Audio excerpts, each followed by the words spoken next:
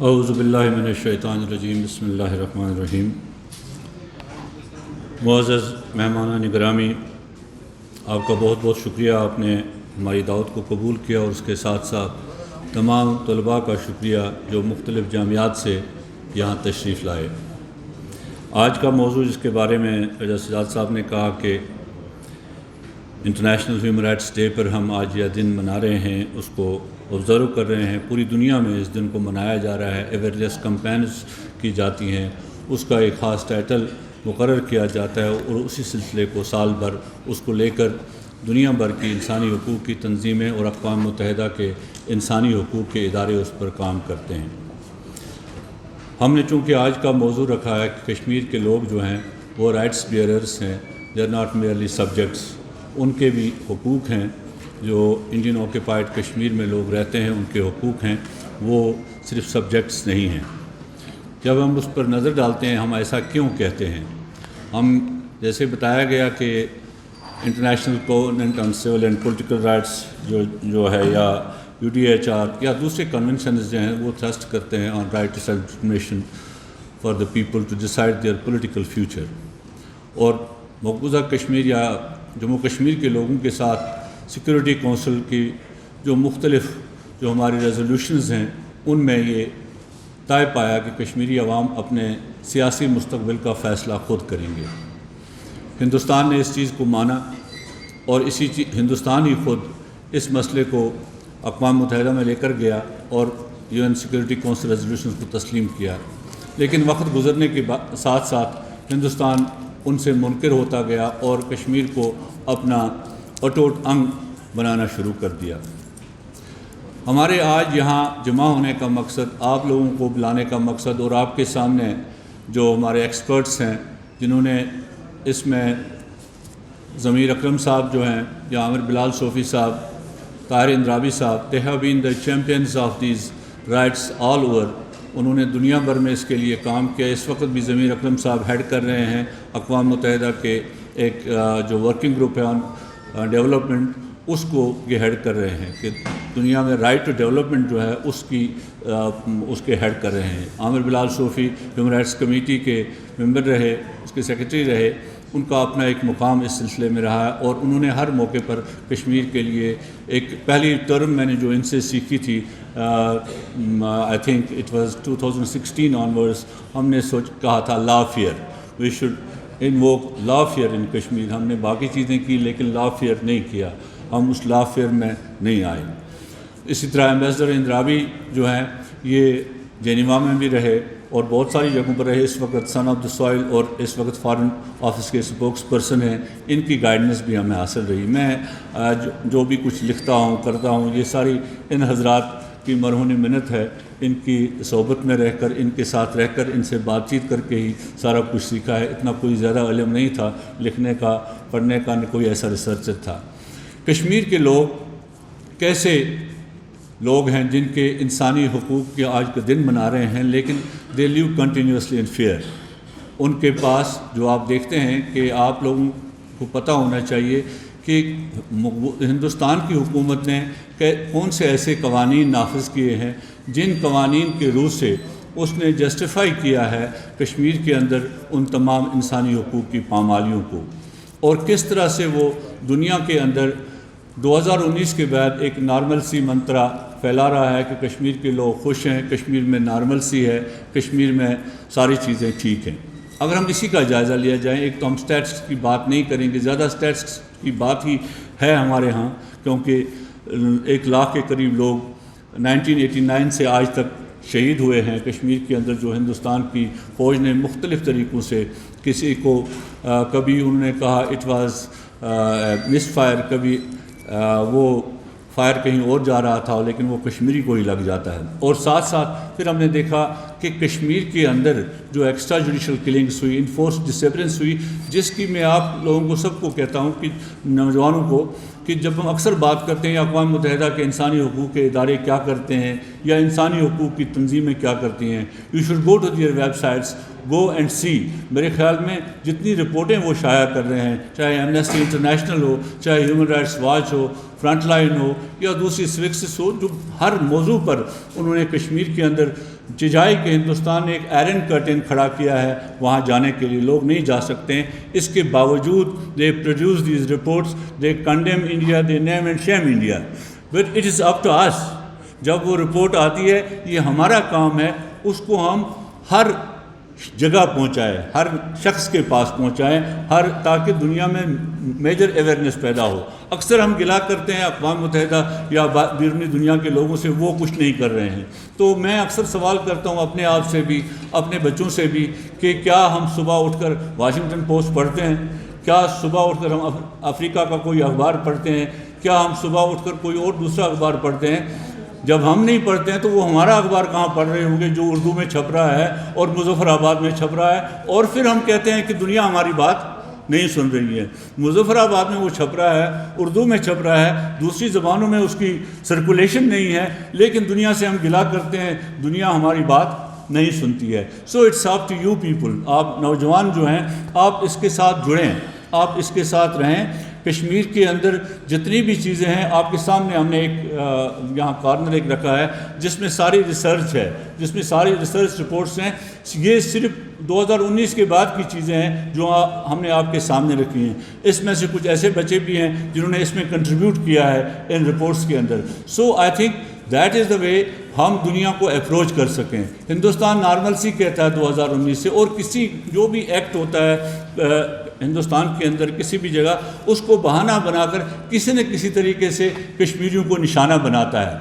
Right from آپ دیکھیں کشمیر کے اندر ہندوستان کی فوج بڑھتی جا رہی ہے، کم نہیں ہو رہی ہے. اگر نارملسی ہے تو اتنی فوج کی ضرورت کیا ہے؟ اگر نارملسی ہے 2019 اس وقت تک 1000 لوگ شہید ہو گئے کشمیر کے اندر، جس میں سے 284 کے قریب ایسے لوگ ہیں جن کی کسٹوڈیل ڈیتھس ہوئی کشمیر کے اندر.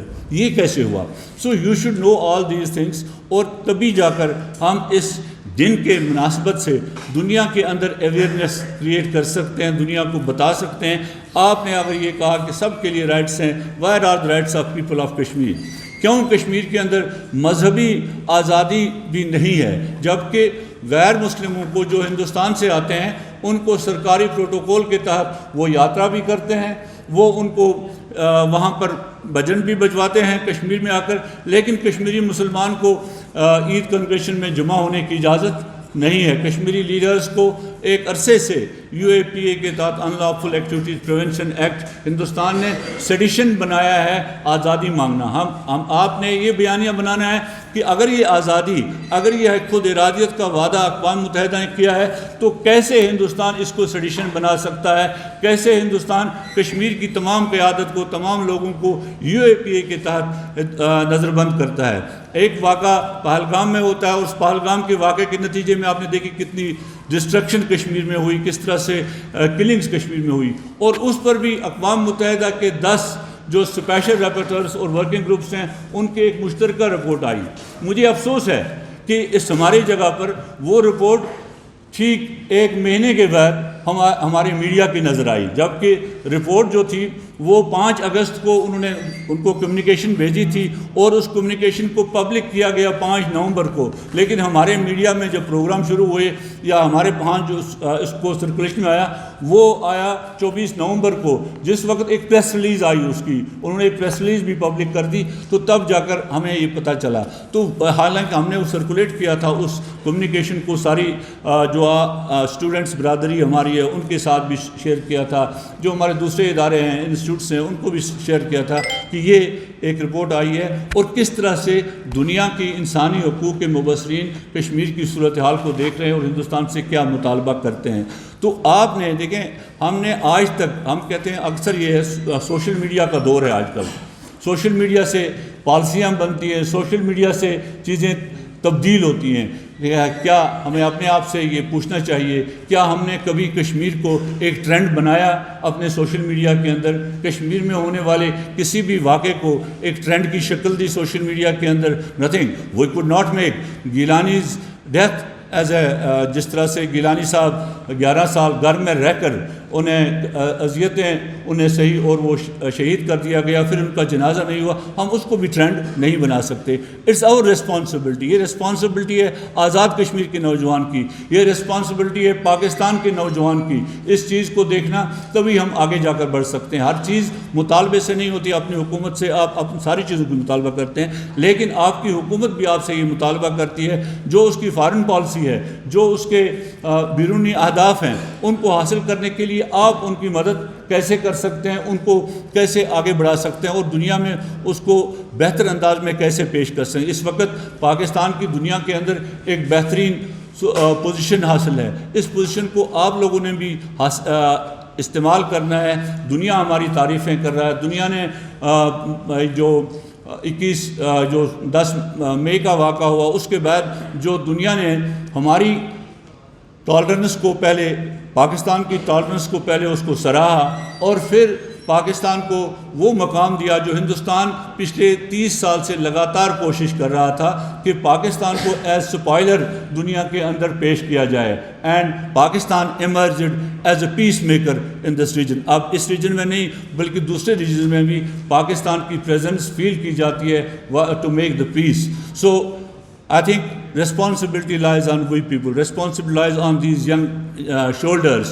I think our experts will talk on this, and you will take notes of what they say and make it a proper campaign in future in your writings, in your social media campaigns, and all of the things, so that we can reach more people. We can ask the world what really is happening in Kashmir and how it is happening in Kashmir, how India criminalizes the freedom of expression in Kashmir, how India has criminalized freedom of press in Kashmir, how India has criminalized the political activities in Kashmir, how India has installed a government, puppet government, which has no powers. All the powers lie in the Delhi's home ministry and they dictate from there.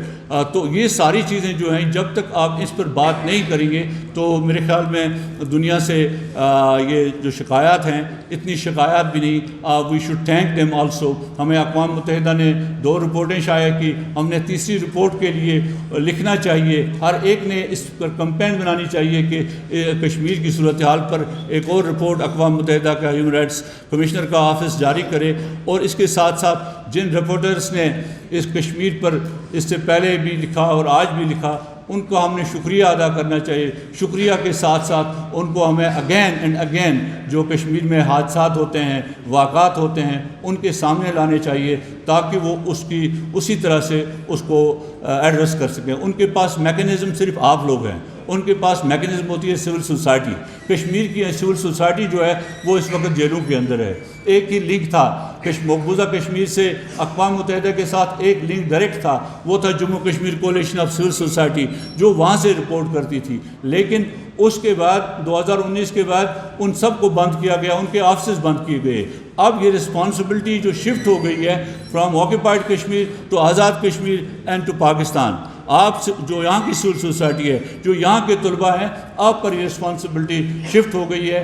آپ نے وہ کام نبھانا ہے جو کام coalition of civil society کرتی تھی. اس کو آگے بڑھا کر آپ اس کاز کی مدد کر سکتے ہیں، اپنی مدد کر سکتے ہیں، اور مسئلہ کشمیر کے لیے جو سازگار ماحول آپ لوگ پیدا کر سکتے ہیں. آپ پیس میکرز ہونے چاہیے، چینج میکرز ہونے چاہیے. اور چینج میکر کے لیے پچھلی دفعہ ایک لیکچر میں نے ایک روشنی فاؤنڈیشن میرے پاس آئی تھی آپ طلباء کی. میں نے کہا تھا چینج تب ہوتا ہے جب آپ کے اندر پہلے غصہ ہو. غصہ کس بات کا ہے؟ اس غصے کو ایکسپریس کریں، اس غصے کو آرٹیکولیٹ کریں اور اس پر اپنی پالیسی بنائیں اور اس کو اچیو کرنے کے لیے اپنا جو ہے لاہ عمل طے کریں. کشمیر کی آزادی آپ کے اندر ایک غصہ ہونا چاہیے. کشمیر میں ہونے والی انسانی حقوق کی پامالیاں جو ہیں وہ آپ کے اندر ایک غصے کی صورت میں ہونی چاہیے. یہ پامالیاں ہو رہی ہے وہاں پر، یہ سب کچھ ہو رہا ہے. اس کو ہم کیسے دنیا کے سامنے لائیں؟ اس کے لیے آپ کو جو بھی گائیڈنس، جو بھی چیز یہاں پر ضرورت ہو تو ہم انشاءاللہ ہم وقت اس کے لیے تیار ہیں اور آپ کے ساتھ ہم رہیں گے. وما علینا البلاغ المبین.